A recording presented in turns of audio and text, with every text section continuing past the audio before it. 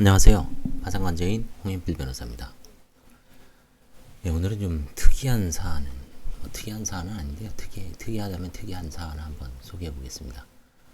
제가 이제 환가 사례를 이제 그때 1883, 이건 이제 종이사건 할 때입니다. 79기, 2018년 1월 15일 선고, 그 다음에 2018년 3월 16일 집행.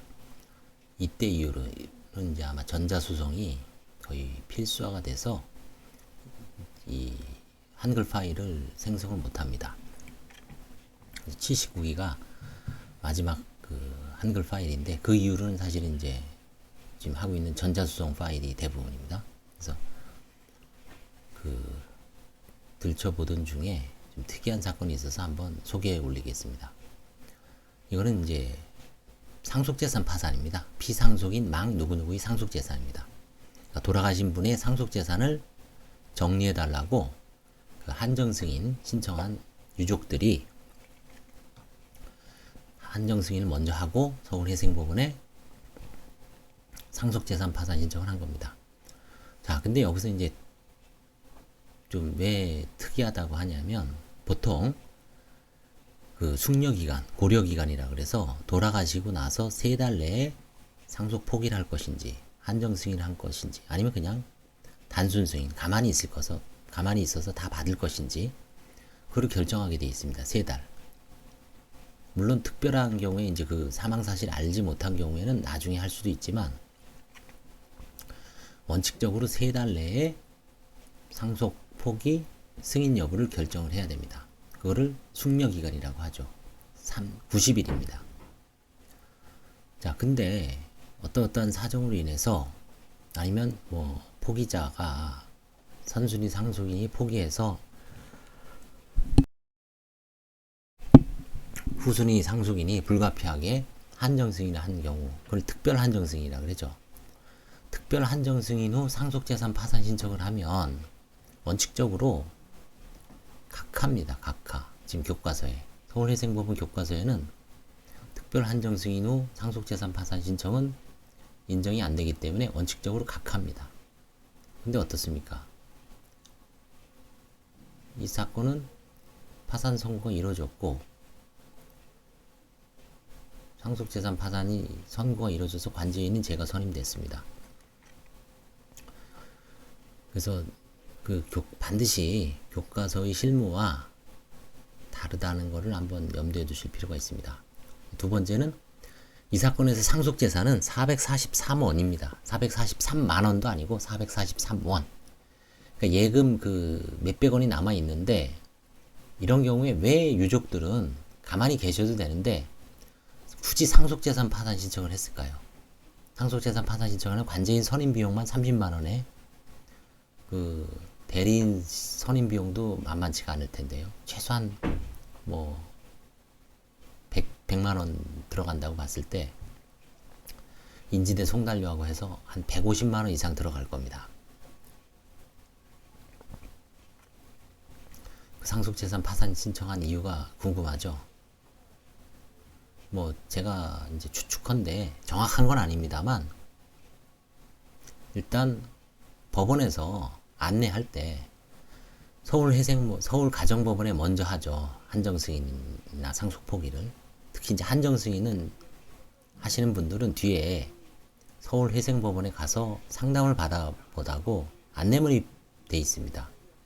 그러다 보니까 당연히 일반인들 입장에서는 아 이거 해야 되는 거 아니냐. 근데 사실은 이제 중간에 대리인들은 과감하게 좀 정리해 줄 필요가 있죠. 뭐 예금 몇백만 원, 몇백 원인데 이거를 굳이 돈 들여서 할 필요가 있을까? 이론적으로는 443원은 절차 비용이 더 들죠. 그래서 이제 이런 경우에 그럼 얼마까지 파산 신청을 하고 어떤 거는 그냥 버릴 것인가? 50만 원 어떻게 할 것인가? 100만 원 어떻게 할 것인가? 사실은 그럼 따지면 한도 끝도 없죠. 그래서 가장 좋은 거는 돈이 넉넉하다면 상속재산 파산 신청 이런 것처럼 몇백 원이라도 해보고 불안감을 지우는 방법이 있고 뭐 굳이 제가 해본 사건 중에 2만 원짜리도 있고 이렇게 몇백 원짜리도 있고 뭐 몇만 원짜리 그런 거 한 서너 건 해본 것 같아요. 상속재산 파산. 실익은 없죠. 그래서 그런 걸 염두에 둘 필요가 있습니다. 이거는 망인을 기준으로, 이건 좀 상속재산 파산은 사실 생전 파산하고 좀 안 맞죠. 일단 망인의 주거 이력을 씁니다.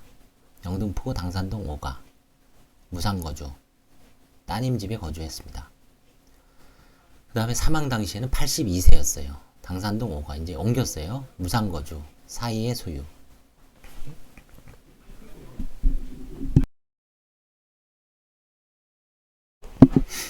그 다음에 이제 직업 이력은 굳이 뭐 쓰셔도 되는데 크게 문제가 안 되죠.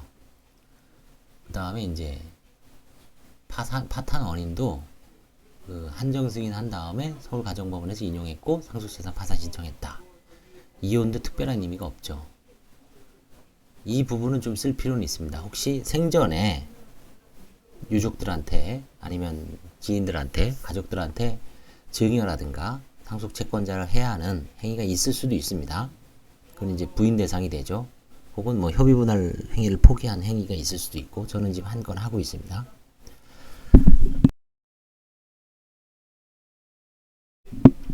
그래서 그런 거는 이제 망인의 그 예금 거래 내역을 쭉 들여다보면 되죠. 아니면 이제 세목표 과세 증명서 같은 거를 들여다보면 재산이 이전했는지가 나옵니다. 상속 망인이 돌아가시더라도 그 채무 초과 혹은 지급불능 상태에서 자기 재산을, 유일한 재산 혹은 재산을 다른 사람들한테 증여하거나 뭐 증여한 경우에는 어떻습니까? 사행위가 되겠죠. 돌아가시고 나서 상속재산 파산 신청을 하더라도 파산관제인은 생전의 그 망인의 행위에 대해서 부인권을 행사할 수가 있습니다. 그거는 다 준용이 되게 돼 있어요. 그래서 상속재산 파산이라고 이제 뭐 돌아가셨으니까 뭐 있겠나 하고 되게 오해입니다.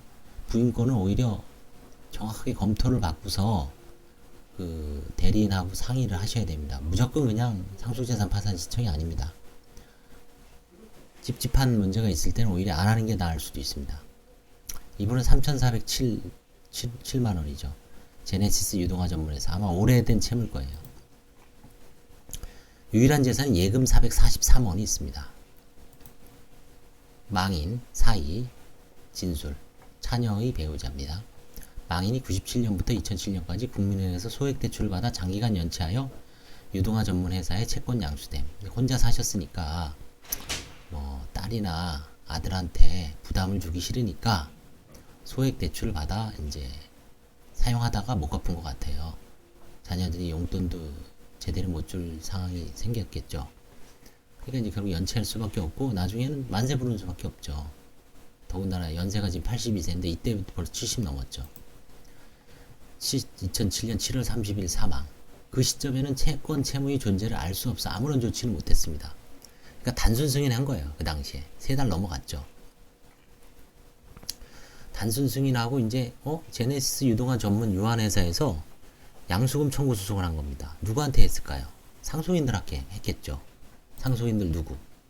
네 남매에게 너네 엄마 옛날 국민은행에서 대출 받아간 거 안 갚았으니까 너네가 단순 승인했으니까 돈 내놔. 소송을 제기하니까 이제 깜짝 놀래갖고 그때야 이제 상속 사실을 안 거 아닙니까? 그쵸? 그래서 서울가정법원에 한정 승인 신청한 거죠. 상속 포기를 할 수도 있습니다. 상속을 아는 날로부터 3개월이 안 지났으니까. 그렇지만 여기서는 가족의 평화를 위해서 계속 넘어가는 걸 방지하기 위해서 자녀들이 현명한 결정을 한 겁니다. 서울가정법원에 2017 느단 땡땡땡땡 한정승인 신청하고 한정승인 결정문 딱 받아봤더니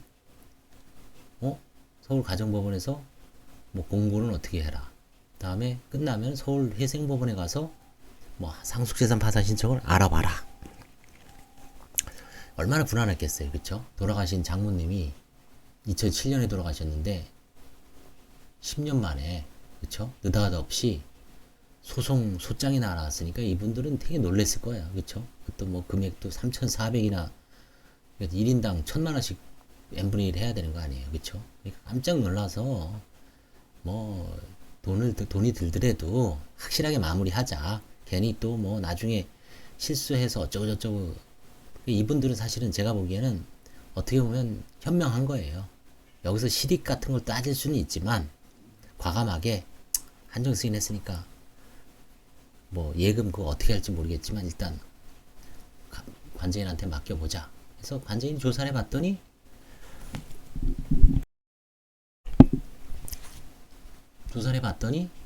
특별 한정 승인이야.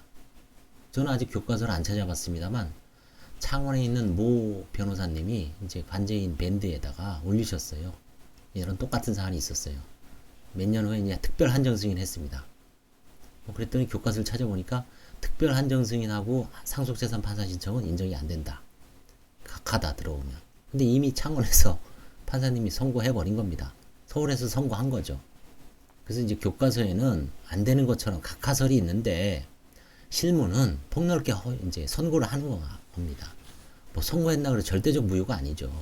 조금 해석문상 좀 애매한 측면이 있는데 엄격하게 해석하면 뭐 그 교과서 얘기가 맞을 수도 있지만 실제 실무는 이제 특별 한정 승인도 하고 있습니다. 상속재산 파산 신청 선고를. 그래서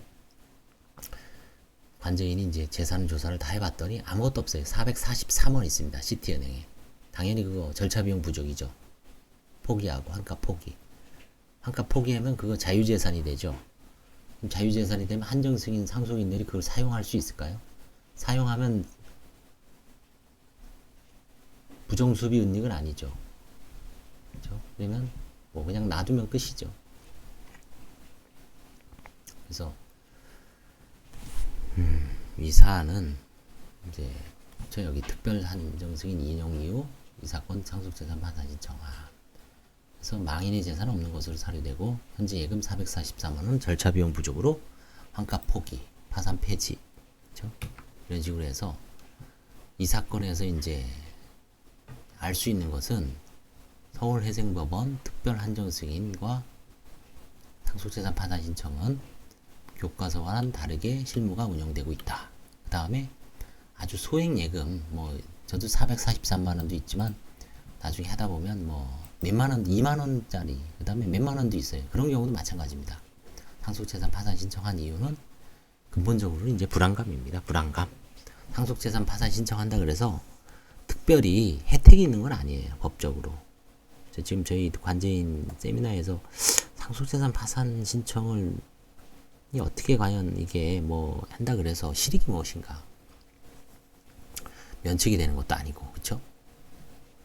그러니까 면책 제도가 없으니까 잘못하면 상속 한정 승인 신청자들이 그냥 뭐 나자빠져 있어요. 협조를 잘 안 하는 문제도 있고, 그렇죠? 좀 문제가 있는데 아마 이제 개선을 해야 되겠지만 뭐 근본적으로 입법적으로 이제 해결을 해야 되겠죠. 네. 결국은 답은 서울회생법원 파산교과서와 다른 실무가 행해지고 있지만 뭐 별다른 문제는 없다. 이항 440만원 예금인데도 상속재산 파산 신청한 이유는 결국은 불안감 해소다. 이 정도로 정리할 수 있을 것 같습니다. 감사합니다. 도움이 되셨다면 좋아요와 구독을 눌러주시기 바랍니다.